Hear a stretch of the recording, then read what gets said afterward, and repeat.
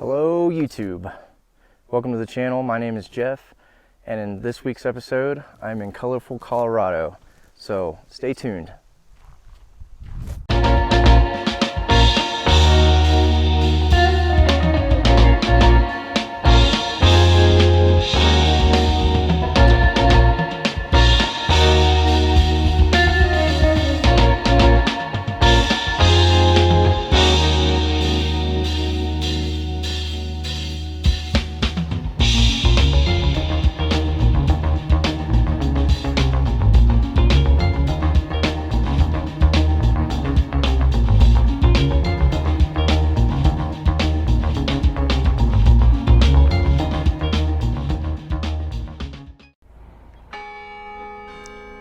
So before we get to Colorado, I just gotta say, I think I might have fallen in love with Santa Fe. I ended up staying here a few days just so I could resupply and take a shower, do some laundry.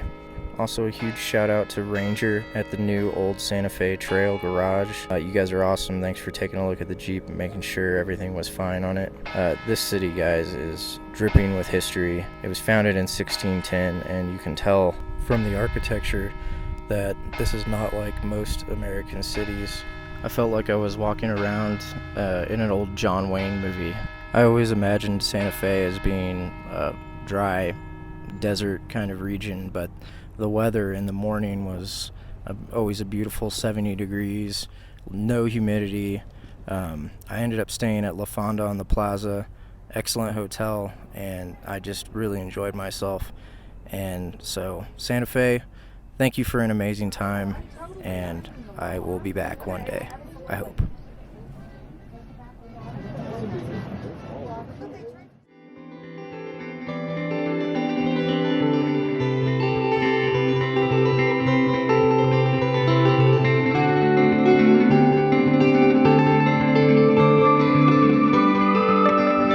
Should have been arrested in the first place. John had been paying something.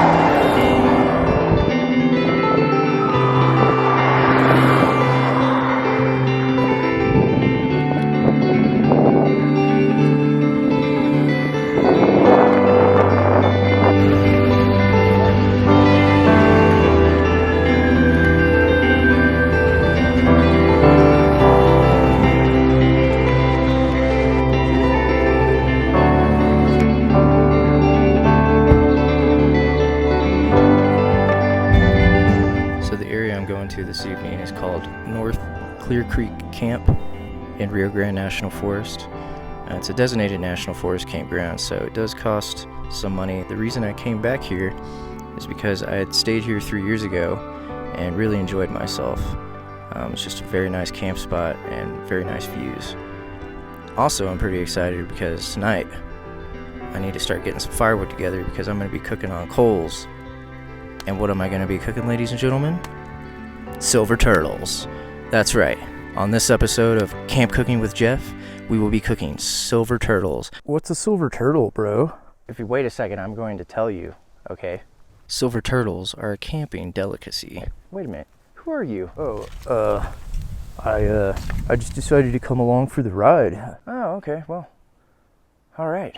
Like I was going to say, but like, dude, you shouldn't eat turtles, man. They're like an endangered species. You're out of here. You're out of here. Go. Have I mentioned I've been out here by myself for quite a while? The name silver turtles is derived from the copious amounts of aluminum foil you'll be needing to complete this dish. Remember, there's no shame in quadruple wrapping your turtle. Next, you'll need to pick meat. I picked ground chunk because that's what was on sale at the local grocery store. But you can use whatever meat you prefer. You could even use chicken or tofu. There's no judgment here. So just go ahead and put that directly into your foil. Just gonna get a little dab of hand sanitizer here on my raw meat hands. After that, we'll throw a little olive oil in there just to make sure that it doesn't dry out when it's on the campfire. I'm gonna season mine up with this Flavor God seasoning I have. The two that I'm using tonight are the Garlic Lovers and the Everything Spicy. Next, I got a carrot. And I'm going to take a knife and I'm going to cut that one large carrot into a bunch of medium-sized chunks. We don't want them too thin. We still want a little crunch after they cook up. So just go ahead and throw those up on top of the meat. After you get those carrots arranged around the meat comes the potato, which in my opinion is the star of the dish. You're going to want to cut it up pretty thinly because potatoes do take a while to cook up.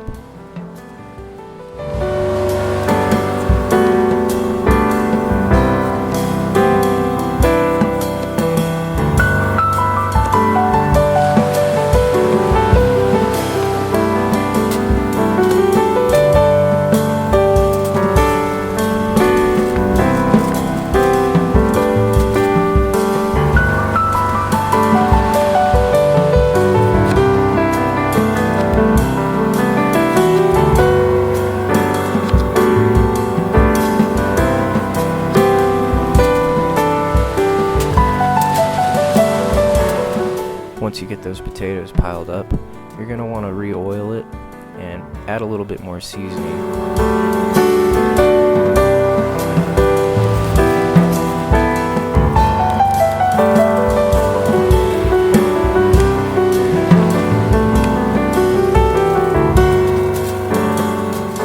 Now, typically I use a white or yellow onion for this, but I did not like the looks of the white and yellow onions at the local grocery store, so I opted for a green onion. Some people call them scallions, some people call them chives. I think the top part of the onion is just the chive. Oh, I lost one. I usually give that a rough chop up at the top and cut them a little thinner at the bottom.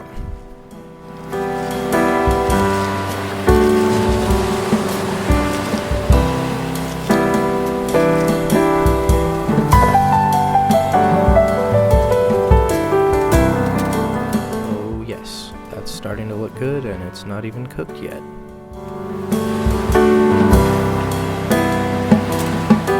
After we get that settled, another favorite of mine, bell pepper.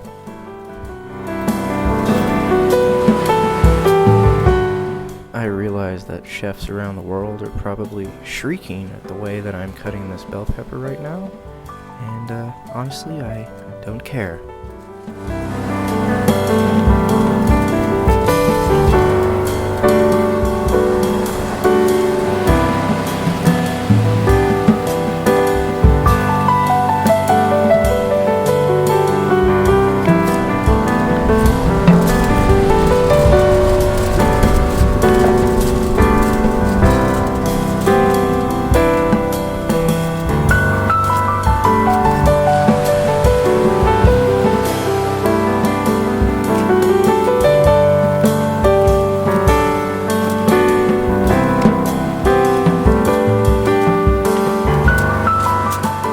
Next, we have some mushrooms that I went and foraged for at the local grocery store, and you're just going to want to give them a quick rinse just to get the dirt off. I like to take the stems off of mine.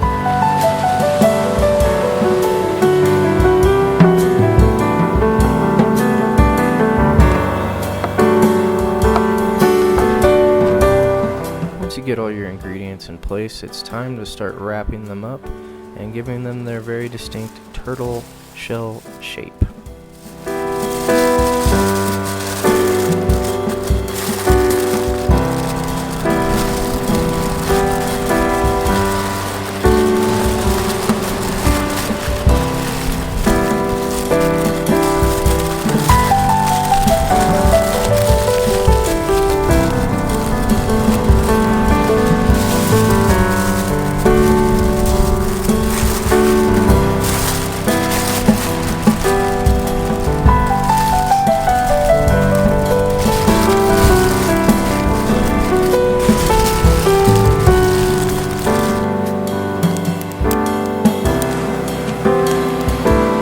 Once you get your coals good and hot, you're going to want to spread them out and just plop your turtles right directly onto them. I ended up cooking mine for 40 minutes, and every 10 minutes I made sure to flip and rotate just to make sure it got even heat dispersed around it.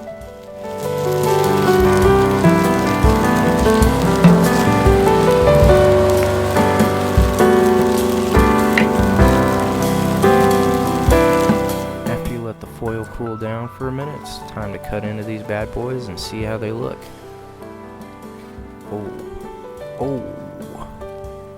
Oh yeah. get a close-up of that, can we?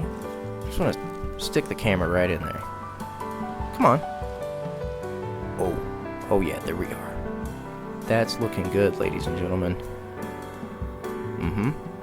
Oh yeah. That'll warm you up.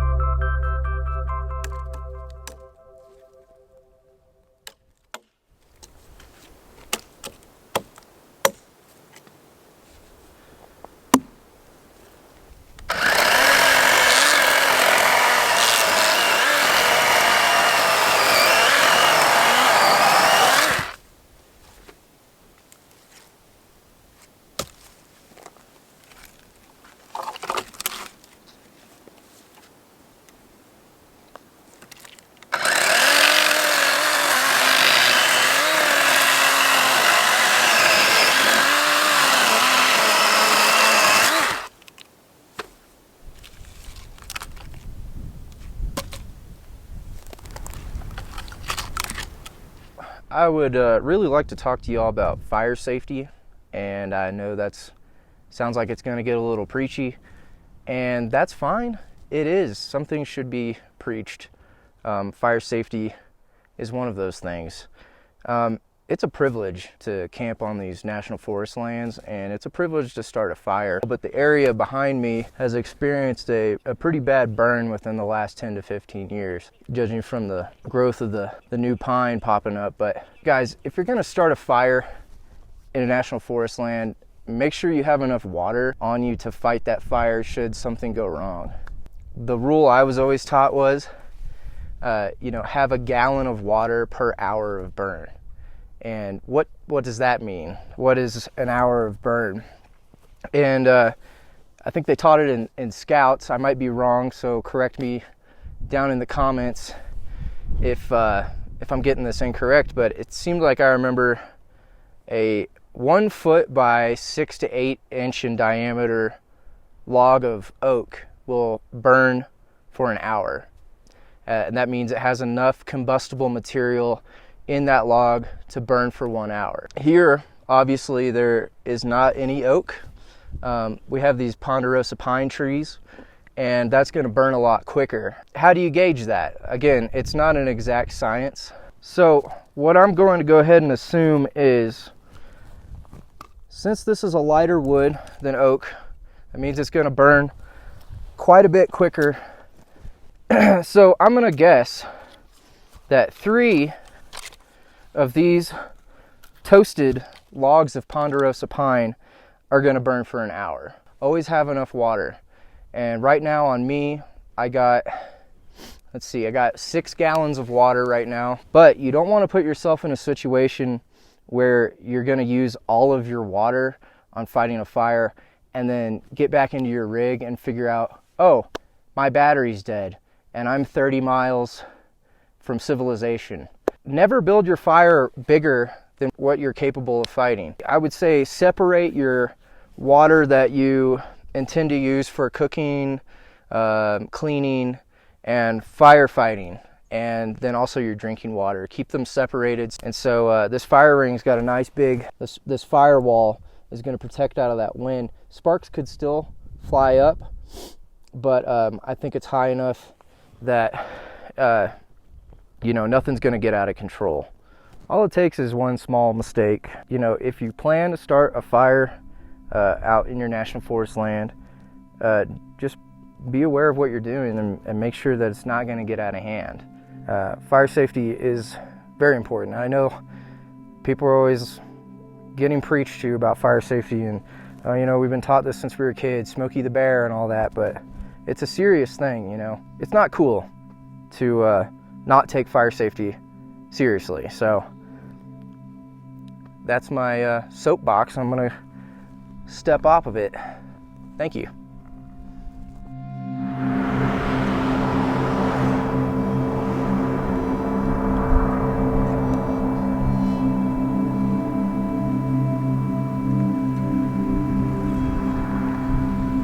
Today I'm camped at this beautiful campground. It's called Williams Creek Campground, right outside of Lake City, Colorado.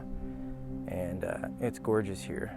$16 a night, which for what you're getting isn't bad.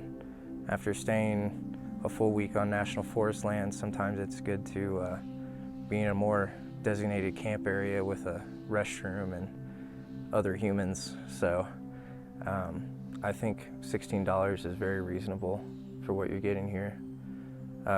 So over to my east is Lake Cristobal, this beautiful, beautiful lake. And over to the west of me is Cinnamon Pass, the gateway to the Alpine Loop, which I plan to be doing in next week's episode. But I think this is it for this week's episode. So, as always, if you enjoyed, consider giving it a like. If you want to come along for the ride, hit the subscribe button, and I'll catch you all down the trail.